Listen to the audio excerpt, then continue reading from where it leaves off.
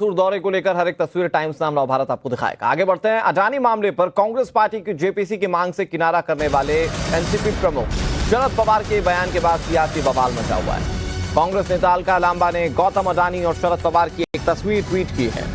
लिखा, डरे हुए लालची लोग आज अपने निजी हितों के चलते तानाशाह सत्ता के गुणगान कर रहे हैं। देश के लोगों की लड़ाई एक अकेला राहुल गांधी लड़ रहा है, पूंजीपति चोरों से भी और चोरों को बचाने वाले चौकीदार से भी।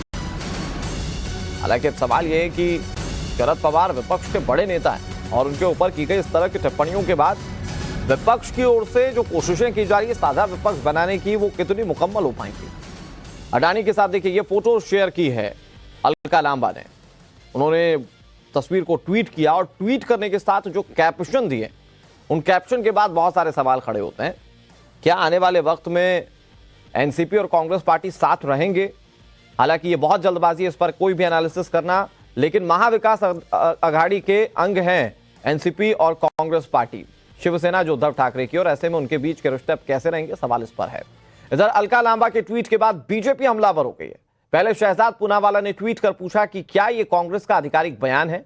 हालांकि बाद में अलका लांबा ने एक और ट्वीट कर अपने ये बात कही कि उनका ये अपना बयान है।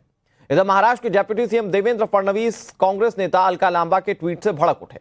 उन्होंने ट्वीट कर कहा कि राहुल गांधी भारतीय राजनीति को विकृत कर रहे हैं।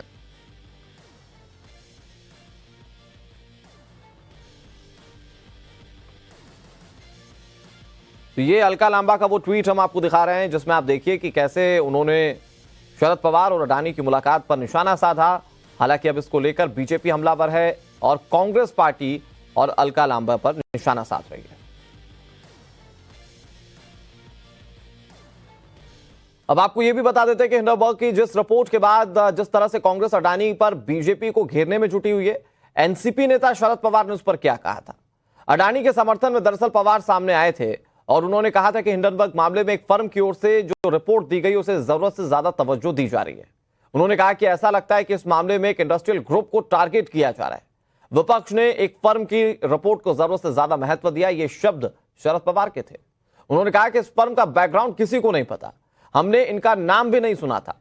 जेपीसी जांच से मामला नहीं सुलझेगा, सुप्रीम कोर्ट की कमेटी से सच्चाई देश के सामने आएगी, ये शरद पवार ने कहा था। उन्होंने ये भी कहा था कि इस मामले में जेपीसी जांच की जरूरत नहीं है और यही वजह है कि जब कांग्रेस इस पूरे मामले पर सदन में इस बात को कहते हुए हंगामा कर रही थी कि जेपीसी होना चाहिए और एनसीपी नेता शरद पवार ने उसे जब अपनी ओर से सिरे से खारिज